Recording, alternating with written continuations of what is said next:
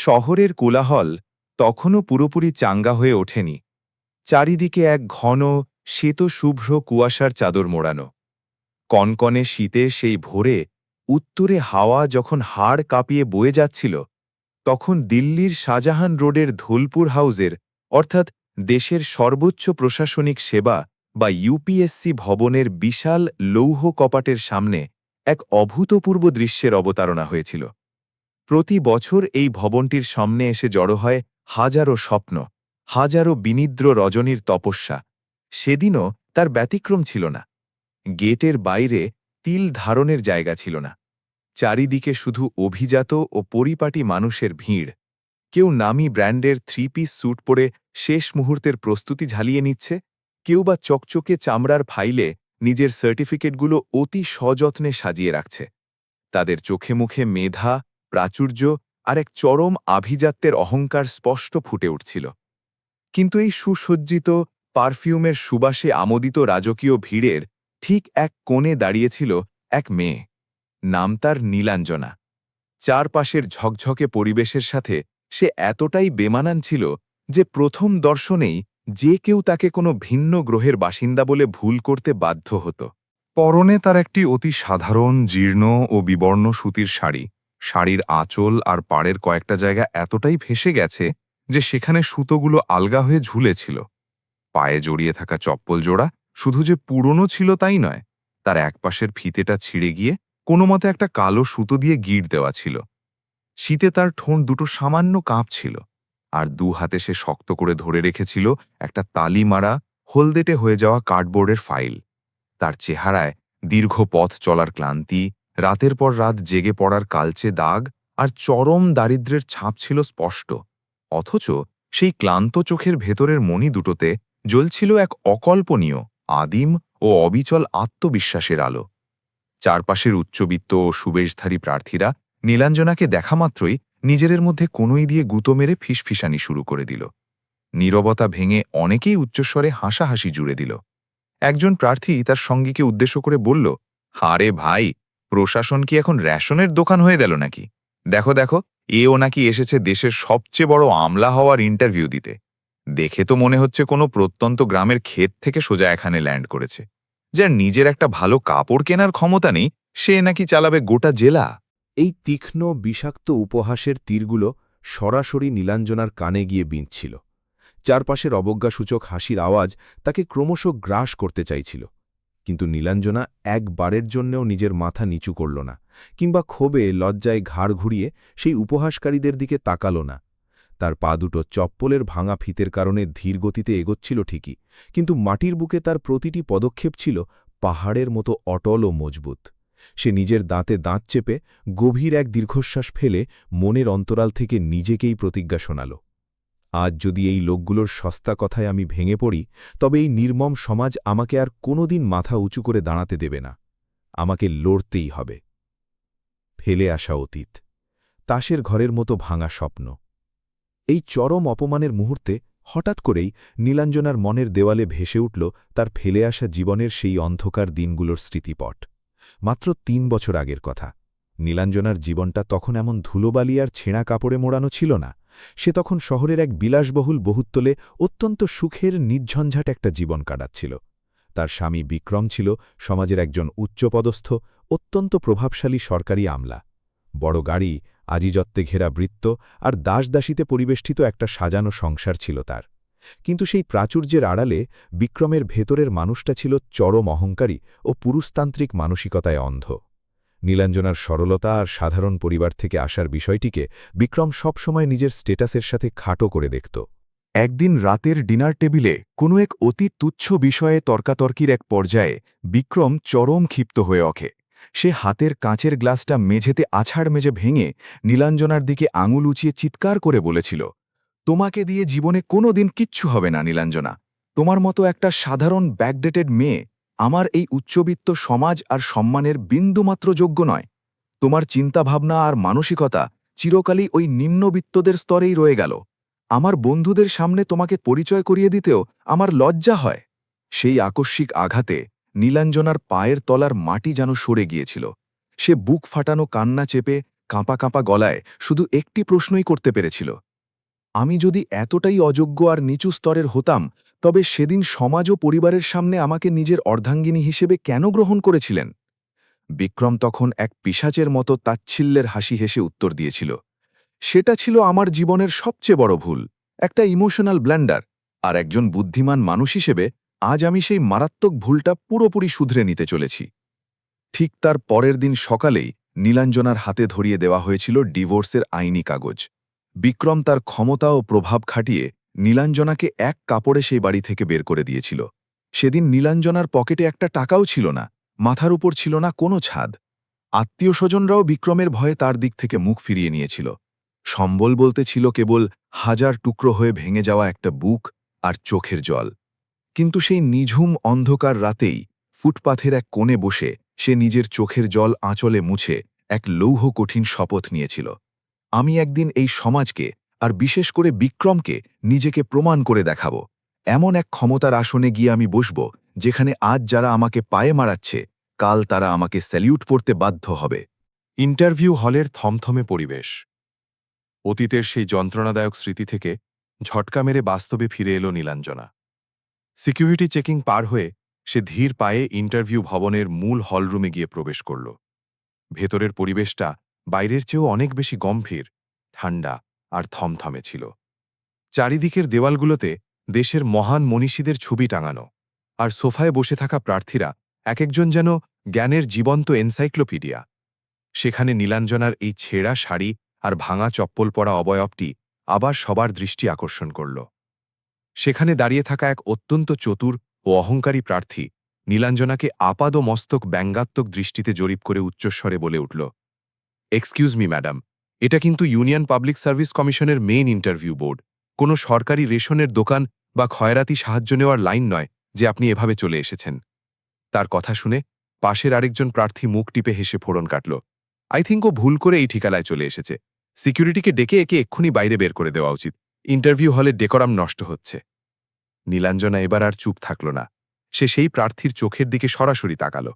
তার কণ্ঠস্বরে কোনো রাগ ছিল না, কিন্তু ছিল এক অদ্ভুত ইস্পাত কঠিন তেজ। সে অত্যন্ত শান্ত অথচ দৃঢ় গলায় বলল, আমি খুব ভালো করেই জানি এটা দেশের সর্বোচ্চ পদের ইন্টারভিউ হল, আর আমি কোনো ভুল ঠিকানায় আসিনি। নিজের মেধা আর যোগ্যতার জোরে প্রিলিমস এবং মেন্স পাশ করেই আজ এই ইন্টারভিউ দিতে এসেছি, আর ইন্টারভিউ শেষ করেই তবে আমি এখান থেকে যাব। তার কণ্ঠের সেই তীব্র আত্মবিশ্বাস আর গাম্ভীর্য দেখে উপহাস করতে আসা প্রার্থীরা মুহূর্তের মধ্যে একেবারে কেঁচু হয়ে গেল। তাদের মুখ থেকে আর কোনো শব্দ সরল না। ঠিক সেই মুহূর্তেই ইন্টারভিউ রুমের ভারী সেগুন কাঠের দরজাটা খুলে গেল। ভেতর থেকে একজন পিয়ন ফাইল হাতে বেরিয়ে এসে গম্ভীর ও গমগমে গলায় ঘোষণা করলেন, ক্যান্ডিডেট নম্বর 47 নীলাঞ্জনা রায়, ভেতরে আসুন। নামটা শোনামাত্রই নীলাঞ্জনার বুকের ভেতরটা যেন এক নিমিষে ওলটপালট হয়ে গেল। হৃদস্পন্দন দ্রুত থেকে দ্রুততর হতে লাগল। সে নিজের ইষ্টদেবতাকে স্মরণ করে বুকের ফাইলটা শক্ত করে চেপে ধরে ধীর পায়ে দরজার পর্দা ঠেলে ভেতরের দিকে অগ্রসর হল। মুখোমুখি প্রাক্তন, ভাগ্যের নির্মম খেলা। নীলাঞ্জনা যেইমাত্র ইন্টারভিউ রুমের ভেতরে পা রাখল, ঘরের ভেতরের শীতাতপ নিয়ন্ত্রিত ঠান্ডা হাওয়াতেও তার কপালে বিন্দুমাত্র ঘাম দেখা দিল না। ঘরের মাঝখানে একটি বিশাল অর্ধবৃত্তাকার টেবিল রাখা ছিল। তার ওপাশে বসে আছেন দেশের 3 জন অত্যন্ত প্রভাবশালী, বয়োজ্যেষ্ঠ ও ঝানু অফিসার। কিন্তু টেবিলের ঠিক মাঝখানের চেয়ারটিতে বসা মানুষটার মুখের দিকে চোখ পড়তেই নীলাঞ্জনার পায়ের পাতা মেঝেতে যেন চিরতরে গেঁথে গেল। তিনি আর কেউ নন, স্বয়ং বিক্রম, তার সেই প্রাক্তন স্বামী, যে আজ এই গৌরবময় ইন্টারভিউ বোর্ডের অন্যতম প্রধান পরীক্ষক হিসেবে বসে আছে। নীলাঞ্জনাকে দরজায় দাঁড়ানো অবস্থায় দেখা মাত্রই বিক্রমের চোখের ভ্রু কুঁচকে গেল, কিন্তু পরক্ষণেই তার ঠোঁটের কোণে ফুটে উঠল সেই চেনা, বিষাক্ত ও তাচ্ছিল্যের বাঁকা হাসি। তবে সেই হাসিতে পুরনো কোনো অনুশোচনা বা মায়ার লেশমাত্র ছিল না, ছিল কেবল চরম অহংকার।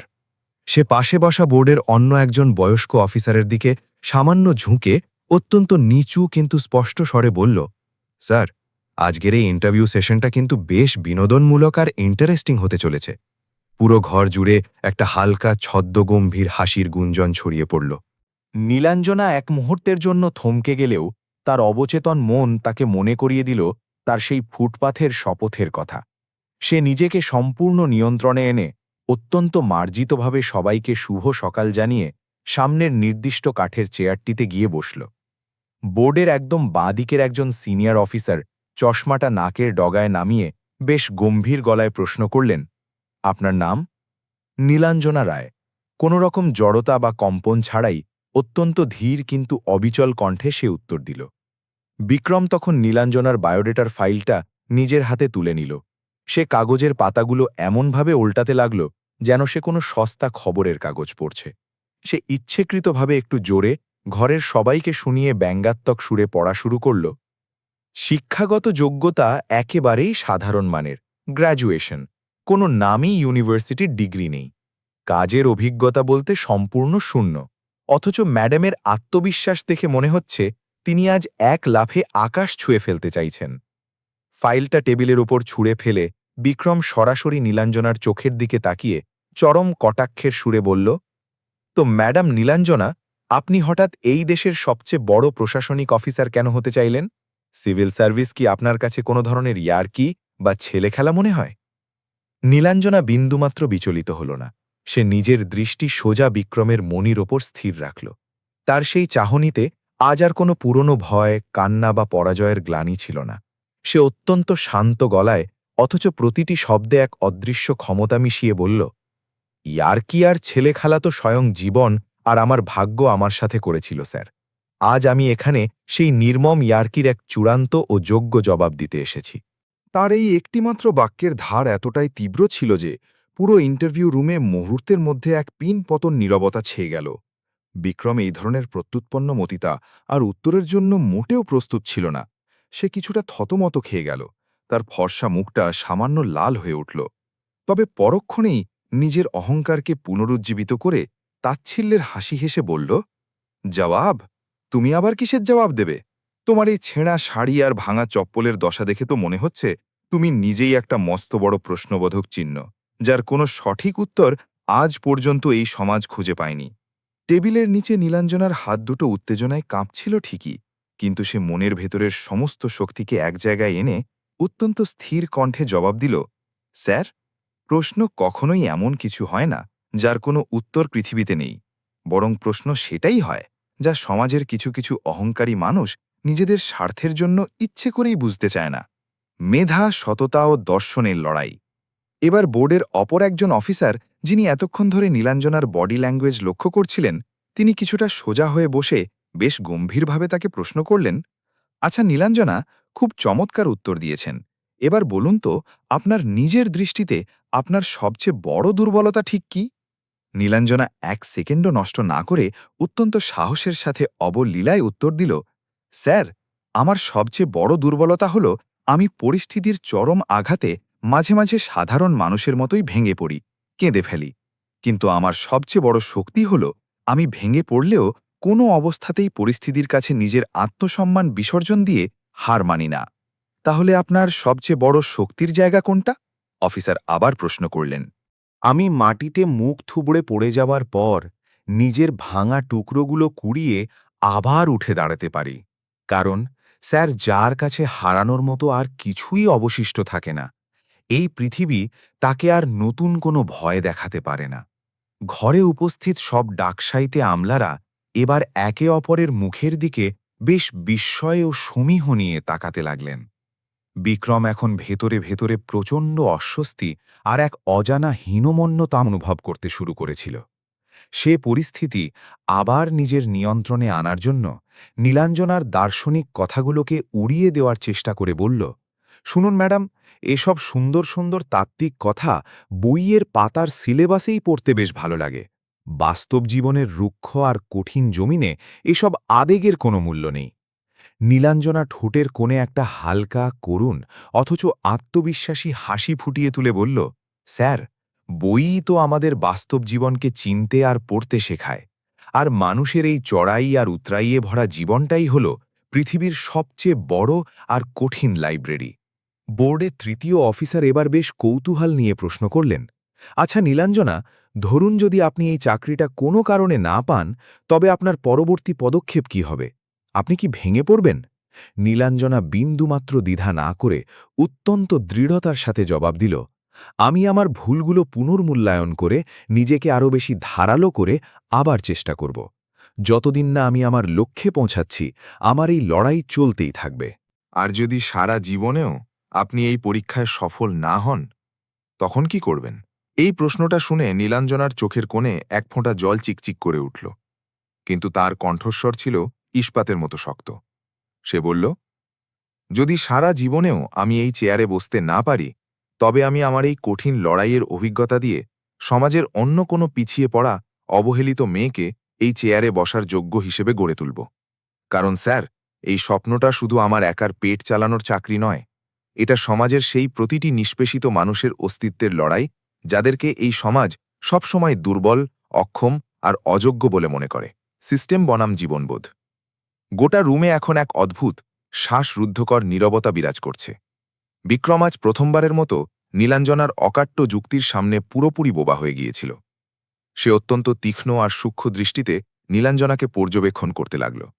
যে মেয়েটাকে সে একদিন নিজের পায়ের ধুলোর চেয়েও তুচ্ছ মনে করে লাথি মেরে ঘর থেকে বের করে দিয়েছিল, আজ সেই মেয়েটাই তার সামনে এক বিশাল, অজেয় রাজপ্রাসাদের মতো মাথা উঁচু করে দাঁড়িয়ে আছে। কিন্তু বিক্রমের ভেতরের সেই পুরুষতান্ত্রিক অহংকার তখনও পুরোপুরি মরেনি। সে মরিয়া হয়ে তার শেষ কুৎসিত প্রশ্নটা ছুড়ল, আচ্ছা, যদি আমি এই বোর্ডের মেম্বার হিসেবে খাতার ওপর লিখে দিই যে তুমি এই সম্মানজনক পদের একেবারেই অযোগ্য এবং তোমাকে রিজেক্ট করে দিই, তাহলে তুমি কি করবে? নীলাঞ্জনা সরাসরি বিক্রমের চোখের দিকে তাকিয়ে বলল, তাহলে আমি ধরে নেব আমার যোগ্যতায় নয়, সিস্টেমের কোথাও একটা গলদ ছিল, আর আমি নিজেকে আরও বেশি উন্নত, আরও বেশি যোগ্য করে গড়ে তুলব, যাতে কোনো সিস্টেমই আমাকে আর আটকে রাখতে না পারে। কিন্তু আমি কোনো অবস্থাতেই মাঝপথে থমকে যাব না। তার চোখে এখন আর কোনো ভয় বা সংকোচ ছিল না, ছিল কেবল পুড়িয়ে ছারখার করে দেওয়ার মতো তীব্র আগুন। রুমের ভেতরের পরিবেশটা ততক্ষণে পুরোপুরি পাল্টে গেছে। কিছুক্ষণ আগে সেখানে যে তাচ্ছিল্যের হাসি ছিল, তা এখন এক অদ্ভুত সমীহ আর নিস্তব্ধতায় রূপ নিয়েছে। প্রত্যেকেই নীলাঞ্জনাকে এখন সম্পূর্ণ ভিন্ন এক দৃষ্টিকোণ থেকে দেখতে শুরু করেছে। বিক্রম বুঝতে পারল পরিস্থিতি তার হাতের বাইরে চলে যাচ্ছে। সে নিজের চেয়ারে পেছনের দিকে গা এলিয়ে দিয়ে হেলান দিল। তার মুখে এখনও সেই হালকা বাঁকা হাসিটা আটকে ছিল বটে, কিন্তু তাতে আগের মতো দম্ভ বা আত্মবিশ্বাস বিন্দুমাত্র ছিল না। টেবিলের একেবারে মাঝখানে বসা সবচেয়ে সিনিয়র অফিসার এবার নীরবতা ভাঙলেন। তিনি বেশ নরম সুরে বললেন, দেখুন নীলাঞ্জনা, আপনার উত্তরের মধ্যে জীবনের গভীর কষ্ট যেমন লুকিয়ে আছে, তেমনি অসাধারণ সাহসও ফুটে উঠেছে। কিন্তু একটা গোটা জেলা বা রাষ্ট্রের প্রশাসনিক ব্যবস্থা সামলানোর জন্য শুধু এই আবেগ আর সাহসই যথেষ্ট নয়। আপনাকে পুরো সিস্টেম আর সমাজ ব্যবস্থাটা গভীরভাবে বুঝতে হবে। নীলাঞ্জনা অত্যন্ত শ্রদ্ধার সাথে মাথা সামান্য নিচু করে বিনয়ের সাথে বলল, স্যার, আর আমি আমার এই কঠিন জীবনের প্রতিটি পদক্ষেপ থেকেই সেই সমাজ আর সিস্টেমের আসল রূপটাই সবচেয়ে ভালোভাবে শিখেছি। সিনিয়র অফিসার বেশ আগ্রহ নিয়ে জিজ্ঞেস করলেন, কিভাবে শিখেছেন, একটু বুঝিয়ে বলুন। নীলাঞ্জনা একটা দীর্ঘ শ্বাস নিয়ে নিজের স্মৃতি হাতড়ে ধীরে ধীরে বলতে শুরু করল, স্যার, যখন কোনো মানুষের কাছে অর্থ, বিত্ত বা আশ্রয় বলতে কিচ্ছু অবশিষ্ট থাকে না, ঠিক তখনই সে এই পৃথিবীর আসল রূপটা সবচেয়ে বেশি চিনতে শেখে। আমি দিনের পর দিন ক্ষুধার জ্বালা সহ্য করেছি, মানুষের দেওয়া অকথ্য অপমান হজম করেছি, আর চরম একাকিত্বের প্রকৃত মানে হাড়ে হাড়ে বুঝেছি। আমি খুব কাছ থেকে দেখেছি যে এই সমাজে গরিব আর অসহায় মানুষের কণ্ঠস্বর ঠিক কতটা দুর্বল আর মূল্যহীন হয়। আর আমি এটাও নিজের চোখে দেখেছি যে কেউ যদি সেই অসহায় মানুষগুলোর পক্ষে ঢাল হয়ে দাঁড়ায়, তবে সেই মানুষটি তাদের কাছে সাক্ষাৎ ভগবানের চেয়েও কোনো অংশে কম কিছু হয় না। ঘরে উপস্থিত প্রতিটি মানুষের মুগ্ধ দৃষ্টি এখন কেবল নীলাঞ্জনার ওপর নিবদ্ধ ছিল। এমনকি বিক্রমও মন্ত্রমুগ্ধের মতো তার কথাগুলো গিলছিল। নীলাঞ্জনা তার কথা চালিয়ে গেল, আমি শুধু ক্ষমতা উপভোগ করা বা নীল বাতিওয়ালা গাড়িতে ঘোরার জন্য এই প্রশাসনিক অফিসার হতে চাই না। আমি এই পদে আসতে চাই শুধুমাত্র এই কারণে, যাতে আমার মতো অন্য কোনো নীলাঞ্জনাকে জীবনে কখনো এমন নির্মম অবিচার আর অবহেলার শিকার হতে না হয়, যা আমি বছরের পর বছর ধরে নীরবে সহ্য করেছি। নিরপেক্ষতা ও ন্যায়বিচারের পরীক্ষা। এবার অপর একজন অফিসার অত্যন্ত সিরিয়াস ভঙ্গিতে একটা জটিল প্রশ্ন ছুড়ে দিলেন, ধরুন, যদি অফিসার হওয়ার পর আপনাকে এমন কোনো স্পর্শ সংবেদনশীল মামলা সামলাতে দেওয়া হয় যার সাথে আপনার নিজের অতীত জীবনের তিক্ত স্মৃতি বা ব্যক্তিগত শত্রুতা জড়িয়ে আছে, তবে সেই মুহূর্তে আপনি কি পদক্ষেপ নেবেন? এই তীক্ষ্ণ প্রশ্নটা তীরের মতো সরাসরি নীলাঞ্জনার বুকে গিয়ে বিঁধছিল।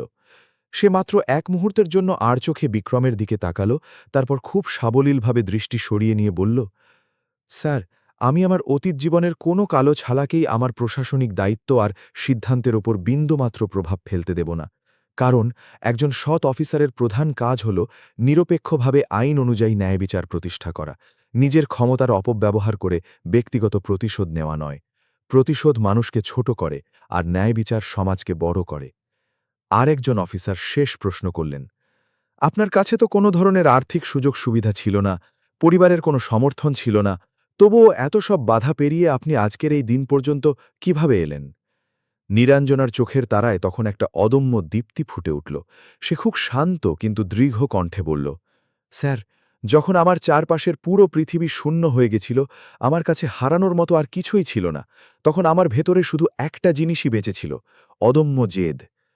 ঠিক কিসের জেদ? অফিসার ভীষণ কৌতূহলী হয়ে জিজ্ঞেস করলেন।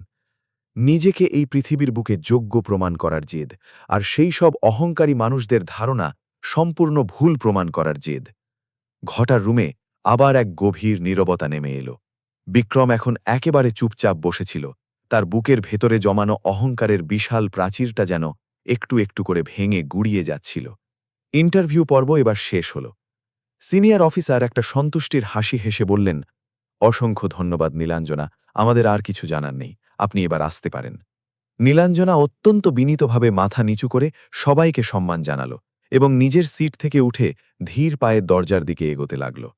দরজার চৌকাঠে শেষ আঘাত, কিন্তু সে দরজার হাতলটা ধরতেই হঠাৎ পেছন থেকে বিক্রমের ভারী আর চেনা গলা ভেসে এলো, just 1 minute Nilanjana.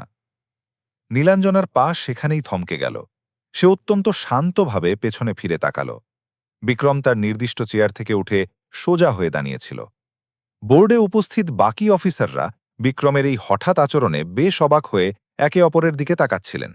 Vikram table পাশ কাটিয়ে ধীর পায়ে নীলাঞ্জনার দিকে এগিয়ে এলো এবং খুব নিচু স্বরে বলল, তুমি আগের চেয়ে অনেক পাল্টে গেছ। নীলাঞ্জনা একটুও বিচলিত না হয়ে অত্যন্ত শীতল কণ্ঠে জবাব দিল, মানুষ কখনো নিজে থেকে পাল্টায় না বিক্রম, মানুষের চারপাশের নির্মম পরিস্থিতি তাকে পাল্টে যেতে বাধ্য করে। বিক্রম কিছুক্ষণের জন্য তার চোখের দিকে এক দৃষ্টে তাকিয়ে রইল। তারপর বলল, তোমার কি সত্যি মনে হয় এই 2-4টে আবেগী কথা বলে তুমি আজকের এই খেলায় জিতে যাবে? নীলাঞ্জনা একটা খুব সুন্দর হালকা তৃপ্তির হাসি হেসে বলল, আমি তো এখানে কারো সাথে প্রতিযোগিতায় জিততে আসিনি, আমি কেবল নিজের কাছে নিজেকে প্রমাণ করতে এসেছি। বিক্রম একটু জোর গলায় যেন শেষবারের মতো ভয় দেখানোর চেষ্টা করে বলল, আর যদি আমি বোর্ড মেম্বার হিসেবে নিশ্চিত করি যে তুমি এই চাকরিটা কোনোভাবেই পাচ্ছ না, তাহলে? নীলাঞ্জনার চোখের দৃষ্টিতে তখন যেন আগুনের ফুলকি ঝরছে। সে মাথা উঁচু করে বলল, তাহলে আমি আগামী বছর দ্বিগুণ প্রস্তুতি নিয়ে আবার এই একই দরজায় এসে কড়া নাড়ব। আর আমি ঠিক ততদিন পর্যন্ত আসতেই থাকব যতদিন না আপনার মতো অহংকারী মানুষরা মাথা নত করে এটা মেনে নিতে বাধ্য হচ্ছে যে আমি এই পদের জন্য সবচেয়ে বেশি যোগ্য। রুমের ভেতর বসে থাকা বাকি বয়স্ক অফিসাররা এবার এই ব্যক্তিগত কথাবার্তা খুব মনোযোগ দিয়ে লক্ষ্য করছিলেন। পরিস্থিতি হাতের বাইরে যাচ্ছে দেখে তাদের মধ্যে একজন বেশ কড়া গলায় বিক্রমকে থামিয়ে দিয়ে বললেন, mister Vikram, please maintain your professionalism, এটা একটা অফিসিয়াল ইন্টারভিউ বোর্ড। বিক্রম এই ধমক শুনে বেশ অস্বস্তি আর লজ্জায় পড়ে গেল। সে বাধ্য হয়ে ফিরে গিয়ে নিজের আসনে বসে পড়ল। নীলাঞ্জনা আর একটাও বাক্য ব্যয় না করে মাথা উঁচু রেখেই বীর দর্পে রুমের বাইরে বেরিয়ে এলো। যেই মাত্র সে বিল্ডিংয়ের মূল দরজার বাইরে পা রাখল, দীর্ঘদিনের চেপে রাখা আবেগ আর বাঁধ মানল না। তার 2 চোখ বেয়ে অঝরে জল গড়িয়ে পড়তে লাগল। তবে এই জল কোনো হতাশা বা দুর্বলতার জল ছিল না। এটা ছিল গত 3টে বছরের সেই অবর্ণনীয় কষ্ট, রাত জাগা পরিশ্রম আর শত অপমানের গ্লানি যা আজ চোখের জলের রূপ ধরে ভেতর থেকে ধুয়ে মুছে বেরিয়ে আসছিল। সে ধীর পায়ে খোলা আকাশের নিচে এসে দাঁড়াল। এক বুক বিশুদ্ধ বাতাস টেনে নিয়ে আকাশের দিকে তাকিয়ে নিজেকেই ফিসফিস করে বলল, আজ আমি কোনোভাবেই নিজেকে হারতে দিইনি। ব্যাস, এটাই আমার জীবনের সবচেয়ে বড় জয়। বন্ধ দরজার ওপাশে তর্কাতর্কি। ওদিকে ইন্টারভিউ রুমের বন্ধ দরজার ওপাশে বাকি অফিসাররা নিজেদের মধ্যে নীলাঞ্জনাকে নিয়ে বেশ গভীর আলোচনায় মেতে উঠেছিলেন। একজন বেশ উচ্ছ্বসিত হয়ে বললেন, যাই বলুন না কেন, এই মেয়েটার মধ্যে সত্যিই একটা বিশেষ আর আলাদা কিছু স্পার্ক আছে। দ্বিতীয়জন মাথা নেড়ে সায় দিয়ে বললেন, একদম ঠিক বলেছেন। হ্যাঁ, হয়তো ওর পুঁথিগত জ্ঞান কিছুটা কম হতে পারে, কিন্তু ওর মানসিকতা, স্পষ্টবাদিতা আর কাজের প্রতি ওর সততা একেবারে অসাধারণ পর্যায়ের। তৃতীয় অফিসার এবার সরাসরি বিক্রমের দিকে তীক্ষ্ণ দৃষ্টিতে তাকিয়ে প্রশ্ন করলেন, তা মিস্টার বিক্রম, এই প্রার্থীর ব্যাপারে আপনার চূড়ান্ত মতামত কি? বিক্রম বেশ কিছুক্ষণ একেবারে চুপচাপ বসে রইল। তারপর একটু আমতা আমতা করে বলল, দেখুন, আমি মানছি এই মেয়েটির মধ্যে বেশ ভালো আত্মবিশ্বাস আছে, কিন্তু ওর ইমোশন বা আবেগ বড্ড বেশি। আর এই সিভিল সার্ভিসের মতো বড় পদের জন্য আবেগপ্রবণ হওয়াটা কাজের ক্ষেত্রে অত্যন্ত বিপজ্জনক হতে পারে। তার কথা শেষ হতে না হতেই একজন অফিসার সঙ্গে সঙ্গে কড়া জবাব দিলেন, কিন্তু মানুষের প্রতি সামান্যতম আবেগ বা সহানুভূতি ছাড়াও একজন ভালো জনদলদী অফিসার হওয়াটা সমানভাবে কঠিন কাজ। বিক্রমের কাছে এই অকাট্য যুক্তির আর কোনো পাল্টা জবাব ছিল না। সে একেবারেই চুপচাপ হয়ে গিয়ে নীলাঞ্জনার ফেলে যাওয়া ফাইলটার দিকে একদৃষ্টে তাকিয়ে রইল। তার কানের কাছে বারবার নীলাঞ্জনার সেই কথাগুলোই অনুরণিত হতে লাগল। আমি মাটিতে মুখ থুবড়ে পড়ে যাওয়ার পরও নিজের চেষ্টায় আবার উঠে দাঁড়াতে পারি। আজ সে জীবনের এই প্রথমবার নিজের বিবেকের কাছে খুব গভীরভাবে উপলব্ধি করতে পারল যে সে তার প্রাক্তন স্ত্রী নীলাঞ্জনাকে কোনোদিন বিন্দুমাত্র চিনতে পারেনি। তার মনে এই প্রশ্নটা বারবার কাঁটার মতো বিঁধছিল, কিন্তু তার আকাশ ছোঁয়া পুরুষতান্ত্রিক অহংকার তাকে কোনো মতেই সত্যটা মেনে নিতে দিচ্ছিল না। সে মনে মনে নিজেকে সান্ত্বনা দিয়ে বলল, না না, ও এখনও আগের মতোই সেই বোকাশোকা মেয়েটাই আছে, কেবল আমার সামনে অফিসারদের বোকা বানানোর জন্য লোক দেখানো ভালো অভিনয় করে গেল। কিন্তু তার অবচেতন মন কোনোভাবেই এই মিথ্যে প্রবোধ মেনে নিতে প্রস্তুত ছিল না। ফলাফলের দিন ও নতুন সকাল। সেই রাতে বিক্রমের দু চোখে এক ফোঁটাও ঘুম এল না। বিছানায় এপাশ ওপাশ করে তার সারা রাত কাটল। অন্যদিকে নীলাঞ্জনা সারাদিনের প্রবল মানসিক আর শারীরিক ক্লান্তিতে নিজের ছোট্ট ঘরে বিছানায় গা এলিয়ে দেওয়া মাত্রই গভীর ঘুমে তলিয়ে গিয়েছিল। কিন্তু ঘুমন্ত অবস্থাতেও তার মুখে এক অপার্থিব স্নিগ্ধ শান্তির ছাপ লেপটেছিল, কারণ আজ সে নিজের কাছে নিজেকে প্রমাণ করার প্রথম আর সবচেয়ে কঠিন লড়াইটাতে জিতে গিয়েছিল। আর সে জানত তার জীবনের আসল গল্পটা তো মাত্র শুরু হতে চলেছে, যেখানে লড়াইটা শুধু একটা সরকারি চাকরির নয়, বরং নিজের আত্মসম্মান, হারানো আত্মবিশ্বাস আর এই সমাজে নিজের একটা স্বাধীন পরিচয়ের হতে চলেছিল। পরের দিন ভোরে পূব আকাশে সূর্যের প্রথম সোনালী কিরণ যখন জানালা গলে নীলাঞ্জনার সেই ছোট্ট স্যাঁতস্যাঁতে ঘরময় ছড়িয়ে পড়ল, তখন তার চোখ খুলল। গতরাতের ধকল আর প্রান্তি তখনও শরীরে রন্ধ্রে রন্ধ্রে লেগেছিল, কিন্তু তার ভেতরের মনটা আজকের নতুন সকালে যেন আগের যে কোনো দিনের চেয়েও অনেক বেশি শক্তিশালী আর সতেজ হয়ে উঠেছিল। সে ধীরে সুস্থে বিছানা থেকে উঠে এক গ্লাস জল খেল এবং টেবিলের উপর গুছিয়ে রাখা নিজের বইগুলোর দিকে পরম মমতায় তাকাল। এই ধুলো জমা বইগুলোই ছিল তার বিগত কয়েক বছরের একাকিত্ব আর নীরব সংগ্রামের একমাত্র বিশ্বস্ত সাক্ষী। আজই তাদের ইন্টারভিউয়ের চূড়ান্ত রেজাল্ট বা ফলাফল প্রকাশিত হওয়ার কথা ছিল। বুকের ভেতরের ধুকপুকানিটা স্বাভাবিকের চেয়ে অনেক বেশি ছিল ঠিকই, কিন্তু তার চেহারায় কোনো ভয়ের ছাপ ছিল না, বরং সেখানে বিরাজ করছিল এক অদ্ভুত ধরনের প্রশান্তি। সে নিজেকে নিজেই সাহস জুগিয়ে বলল, ভাগ্যে যা লেখা আছে আজ তাই হবে, দেখা যাবে, কিন্তু আমি নিজের বিবেকের কাছে কোনোভাবেই হার মানিনি, এটাই আমার তৃপ্তি। চূড়ান্ত মেধা তালিকা ও বিক্রমের দ্বিধা। অন্যদিকে পাবলিক সার্ভিস কমিশনের ইন্টারভিউ বোর্ডের অফিসে সকাল থেকেই বেশ চাঞ্চল্য আর ব্যস্ততা চোখে পড়ছিল। সব উচ্চপদস্থ অফিসাররা একটি বড় ওক কাঠের টেবিলের চারদিকে গোল হয়ে বসেছিলেন।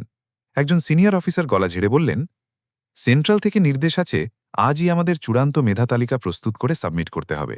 আর সত্যি বলতে কি, এবারের প্রার্থীদের কোয়ালিটি এতটাই ভালো যে প্রতিযোগিতা বেশ কঠিন হয়ে দাঁড়িয়েছে। দ্বিতীয়জন তার কথায় মাথা নেড়ে সায় দিলেন, হ্যাঁ, আপনার সাথে আমি একমত, তবে সবার মাঝে একজন ক্যান্ডিডেট আছে যে বাকি সবার চেয়ে সম্পূর্ণ আলাদা। তৃতীয়জন তার কথার মাঝখানেই প্রবল উৎসাহে বলে উঠলেন, আপনি নিশ্চয় নীলাঞ্জনার কথা বলছেন। পুরো ঘরে কয়েক মুহূর্তের জন্য পিনপতন নীরবতা ছেয়ে গেল। সবার দৃষ্টি স্বয়ংক্রিয়ভাবে ঘুরে গেল বিক্রমের দিকে। বিক্রম মাথা নিচু করে একটা ফাইলের পাতা উল্টাচ্ছিল, কিন্তু তার মন সেখানে বিন্দুমাত্র ছিল না। তার মস্তিষ্কে কেবল নীলাঞ্জনার প্রতিটি ধারালো কথা, প্রতিটি বুদ্ধিদীপ্ত উত্তর আর তার চোখের সেই জ্বলন্ত দৃষ্টি বারবার ফ্ল্যাশব্যাকের মতো ফিরে আসছিল। একজন অফিসার সরাসরি বিক্রমকে উদ্দেশ্য করে জিজ্ঞেস করলেন, মিস্টার বিক্রম, নীলাঞ্জনার ব্যাপারে আপনার চূড়ান্ত মতামত কি? আমরা কি তাকে লিস্টে রাখব? বিক্রম কয়েক সেকেন্ড একেবারে চুপ করে রইল। তারপর খুব ধীর গলায় বলল, হিজ আত্মবিশ্বাস আছে, কিন্তু তার পুঁথিগত জ্ঞান তুলনামূলকভাবে বেশ দুর্বল। সিভিল সার্ভিসের মতো এত দায়িত্বশীল পদের জন্য শুধু জেদ আর সাহসী তো যথেষ্ট হতে পারে না। একজন অফিসার বিক্রমের কথার চরম বিরোধিতা করে সাথে সাথেই বললেন, কিন্তু একজন অফিসারের কাজের প্রতি শতভাগ সততা আর মানুষের জন্য কিছু করার দৃঢ় সংকল্প ঠিক ততটাই জরুরি যতটা তার জ্ঞান। দ্বিতীয়জনও তাতে গলা মেলালেন। আর সবচেয়ে বড় কথা, আমরা তার প্রতিটি উত্তরের মধ্যে এমন এক স্পষ্টতা আর স্বচ্ছতা দেখেছি যা আজকালকার প্রার্থীদের মধ্যে খুব বিরল। বিক্রম একটা গভীর দীর্ঘশ্বাস গোপন করল। তার বুকের ভেতরে যেন দুটো সম্পূর্ণ ভিন্ন সত্তার মধ্যে ভীষণ লড়াই চলছিল। তার ভেতরের অহংকারী পুরুষতান্ত্রিক সত্তাটি ক্রমাগত তাকে প্ররোচিত করছিল, ওকে বাতিল করে দাও, ওকে 0 নম্বর দাও, ও কোনোভাবেই এই বড় পদের যোগ্য নয়। কিন্তু তার ভেতরের ঘুমিয়ে থাকা বিবেক তাকে বারবার বলছিল, তুমি অতীতে ওর সাথে খুব ভুল করেছিলে, আর নিজের সেই ভুল ঢাকতে আজও তুমি ওর সাথে বড় অন্যায় করছো। সে চোখ দুটো শক্ত করে বন্ধ করল এবং একটা দীর্ঘশ্বাস ছেড়ে ধীরে ধীরে বলল, এই পদের জন্য চূড়ান্ত সিদ্ধান্ত আমাদের সবার সম্মিলিত হওয়া উচিত। আমি একা আমার ব্যক্তিগত মতামত দিয়ে কোনো সিদ্ধান্ত চাপিয়ে দেব না। বাকি অফিসাররা বিক্রমের মুখে এই কথা শুনে রীতিমতো অবাক হলেন, কারণ বিক্রম সবসময় নিজের সিদ্ধান্তের ব্যাপারে বড় বেশি একগুঁয়ে আর আত্মবিশ্বাসী থাকত। কিন্তু আজ যেন মানুষটা ভেতর থেকে কিছুটা হলেও বদলে গিয়েছিল। অর্ধেক জয় ও একটি নতুন সকাল। ওদিকে ভরদুপুরে নীলাঞ্জনা কমিশন অফিসের বিশাল প্রাঙ্গণে একটা সরকারি নোটিশ বোর্ডের সামনে ভিড়ের মধ্যে দাঁড়িয়েছিল। সেখানে হাজারো মানুষের রীতিমতো মেলা বসে গিয়েছিল। চারদিক থেকে আসা প্রত্যেকেই চরম উৎকণ্ঠা নিয়ে বোর্ডে ঝোলানো লিস্টে নিজেদের কাঙ্ক্ষিত নামটা খুঁজছিল। নীলাঞ্জনার বুকের ভেতরটা আশঙ্কায় দ্রুত ধড়ফড় করছিল। সে ভিড় ঠেলে সামান্য সামনে এগিয়ে গিয়ে ধীরে ধীরে চূড়ান্ত তালিকাটি পড়তে শুরু করল। ওপর থেকে চোখ বুলিয়ে এলো, প্রথম নামটা তার না, দ্বিতীয়টাও তার না, তৃতীয়, চতুর্থ, পঞ্চম, এভাবেই একের পর এক নাম সে পার হয়ে যাচ্ছিল। তার শ্বাস ক্রমশ ভারী আর দ্রুত হয়ে আসছিল। অবশেষে একেবারে শেষের দিকে গিয়ে তার দৃষ্টি একটা নির্দিষ্ট নামের উপর গিয়ে আটকে গেল। নীলাঞ্জনা রায়, সিলেক্টেড বা অপেক্ষমান বা রিজার্ভ তালিকা। তার 2 চোখ বেয়ে অঝোর ধারায় আনন্দাশ্রু গড়িয়ে পড়তে লাগল। সে চূড়ান্তভাবে নির্বাচিত হয়েছিল ঠিকই, কিন্তু তার নাম ছিল রিজার্ভ লিস্টে বা ওয়েটিং লিস্টে। তার মানে হল, জয় সে পেয়েছে, কিন্তু পুরো জয় সে এখনও পুরোপুরি নিজের মুঠোয় করতে পারেনি। চারপাশের কিছু মানুষ আনন্দে আত্মহারা হয়ে চিৎকার করে নিজেদের পরিজনদের খবর দিচ্ছিল, আবার কিছু মানুষ বুক ভরা চরম হতাশা আর শূন্যতা নিয়ে নীরবে বাড়ির পথ ধরছিল। আর নীলাঞ্জনা মন্ত্রমুগ্ধের মতো ঠিক সেই জায়গাতেই নিশ্চল হয়ে দাঁড়িয়ে রইল। সে নিজের চোখের জল মুছতে মুছতে নিজেকেই শান্ত স্বরে বলল, এটা তো কেবল আমার অর্ধেক জয়। পুরো জয় হাসিল করতে এখনও আমাকে অনেকটা পথ পাড়ি দিতে হবে। ঠিক সেই মুহূর্তেই তার পেছন থেকে খুব পরিচিত আর ভারী একটা কণ্ঠস্বর ভেসে এলো, অভিনন্দন নীলাঞ্জনা। নীলাঞ্জনা চমকে গিয়ে পেছনে ফিরে তাকাল। সেখানে দাঁড়িয়ে আছে বিক্রম। সে ধীরে ধীরে পদক্ষেপ ফেলে নীলাঞ্জনার দিকেই এগিয়ে আসছিল। আজ তার চেহারায় সেই পুরনো দাম্ভিকতা বা ঠোঁটের কোণে সেই বাঁকা তাচ্ছিল্যের হাসিটার ছিটে ফোঁটাও ছিল না। নীলাঞ্জনা অত্যন্ত সংহত আর শান্ত স্বরে ছোট্ট করে জবাব দিল, ধন্যবাদ। বিক্রম কয়েক মুহূর্ত চুপচাপ তার মুখের দিকে তাকিয়ে রইল, যেন সে নতুন কোনো মানুষকে দেখছে। তারপর খুব ধীর গলায় বলল, তুমি ইন্টারভিউতে সত্যিই খুব ভালো পারফর্ম করেছ। নীলাঞ্জনা একটা হালকা সৌজন্যমূলক হাসি উপহার দিয়ে বলল, আমি কেবল আমার নিজের দিক থেকে সেরা চেষ্টাটুকু করেছি। আর বিক্রম তার জীবনের এই প্রথমবার নিজের ইগো দূরে সরিয়ে রেখে চরম সততার সাথে স্বীকার করল, আর তোমার সেই অবিরাম চেষ্টাটা আজ অক্ষরে অক্ষরে প্রমাণ হয়ে গেছে। দুজনের মাঝে ফের কয়েক সেকেন্ডের জন্য এক অদ্ভুত নিস্তব্ধতা ছেয়ে গেল। আশেপাশের যে 2-4 জন তাদের চিনত, তারা এই দৃশ্য দেখে রীতিমতো অবাক ছিল। এমনকি বিক্রম নিজেও নিজের আচরণে অবাক হচ্ছিল। কিন্তু এবার তার চেহারায় নীলাঞ্জনাকে নিয়ে একটা চাপা গর্ব কাজ করছিল। সে নিজের মনে মনে দীর্ঘশ্বাস ফেলে নিজেকেই বলল, আমি এই অসাধারণ মেয়েটাকে আমার জীবনে কখনোই চিনতে বা বুঝতে পারিনি। সাফল্যের মঞ্চ ও অহংকারের পতন। বেশ কয়েক মাস পর একাডেমিতে কঠিন ও হাড়ভাঙা ট্রেনিংয়ের একেবারে শেষ দিন আজ। বিশাল এক অডিটোরিয়ামে সব সফল প্রার্থীদের গ্র্যাজুয়েশন সার্টিফিকেট দেওয়া হচ্ছিল। দেশের বিভিন্ন প্রান্ত থেকে আসা কৃতী অফিসারদের পরিবারে আজ আনন্দের বন্যা। ঘোষক যখন মাইকে নীলাঞ্জনার নাম ডাকলেন, পুরো হলরুম মুহূর্তের মধ্যে ফেটে পড়ল তুমুল করতালিতে।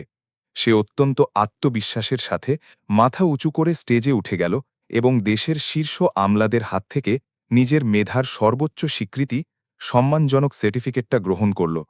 তার চোখে আজও জল ছিল, কিন্তু আজকের এই জল ছিল একান্তই তার নিজের যোগ্যতায় অর্জন করা খুশির জল, সাফল্যের জল। স্টেজের সিঁড়ি বেয়ে নিচে নামার সময় হঠাৎ করেই বিক্রম এসে তার ঠিক সামনে দাঁড়াল। কিছুক্ষণ দুজনেই কোনো কথা না বলে একেবারে নিশ্চুপ হয়ে দাঁড়িয়ে রইল। তারপর বিক্রম মাথা সামান্য নিচু করে খুব ধীরে ধীরে চরম অনুতপ্ত গলায় বলল, সরি নীলাঞ্জনা, আমাকে যদি পারো ক্ষমা করে দিও। আমি সত্যি তোমাকে কোনোদিন চিনতে পারিনি, আর তোমাকে সামান্য দুর্বল আর অযোগ্য ভেবে আমি আমার জীবনের সবচেয়ে বড় আর ক্ষমার অযোগ্য ভুলটা করে ফেলেছিলাম। নীলাঞ্জনা কয়েক সেকেন্ড তার অনুতপ্ত চোখের দিকে স্থির দৃষ্টিতে তাকিয়ে রইল। তারপর তার ঠোঁটে একটা অদ্ভুত মায়াবী ও প্রশান্তির হাসি ফুটে উঠল।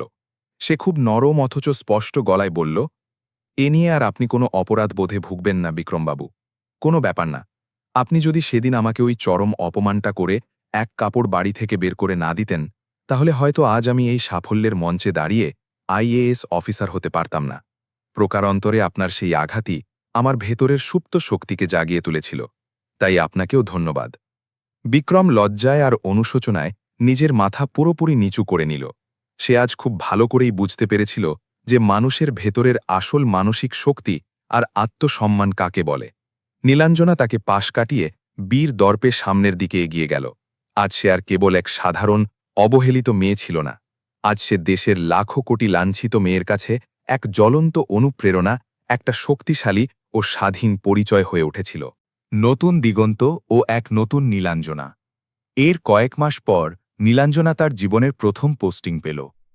তাকে দায়িত্ব দেওয়া হলো দেশের খুব প্রত্যন্ত, শুষ্ক আর পিছিয়ে পড়া একটা ছোট্ট জেলার, যেখানে সাধারণ মানুষ যুগের পর যুগ ধরে সামান্য বেঁচে থাকার মৌলিক সুযোগ সুবিধার জন্যও হাহাকার করছিল। চারিদিকে দুর্নীতি, জলের হাহাকার আর অনুন্নত সমাজ ব্যবস্থা। নীলাঞ্জনা একজন দক্ষ, সংবেদনশীল আর সৎ প্রশাসক হিসেবে সেই জেলার দায়িত্বভার গ্রহণ করল। প্রথম দিন থেকেই সে শীতাতাপ নিয়ন্ত্রিত অফিসের ফাইল ছেড়ে সোজা নেমে পড়ল মাটির মানুষের কাছে। তার নিরলস পরিশ্রম, তীক্ষ্ণ মেধা আর সততায় খুব ধীরে ধীরে কিন্তু শক্তভাবে ওই এলাকার পুরো চিত্রটা বদলাতে শুরু করল। দীর্ঘদিনের পানীয় জলের প্রবল সমস্যার চিরস্থায়ী সমাধান হল, অবহেলিত সরকারি স্কুলগুলোর পরিকাঠামোগত আমূল পরিবর্তন হল, আর গরিব অবহেলিত মানুষেরা নিজেদের অধিকার ফিরে পেতে শুরু করল। সেদিন সেই ছেঁড়া শাড়ি পরা, চপ্পল ভাঙা, সর্বশান্ত হওয়া মেয়েটি আজ গোটা একটা জেলার মানুষের চোখের মণি আর ভরসার শেষ আশ্রয়স্থল হয়ে উঠেছে। সে প্রমাণ করে দিয়েছে যে বাইরের পোশাক বা পরিস্থিতি কখনো মানুষের ভাগ্য নির্ধারণ করতে পারে না, যদি না তার ভেতরে থাকে এক অদম্য জেদ আর ইস্পাত কঠিন আত্মবিশ্বাস। নীলাঞ্জনা আজ শুধু নিজের ভাগ্যই বদলায়নি, বরং বদলে দিয়েছে সমাজের হাজারো অবহেলিত মানুষের জীবন।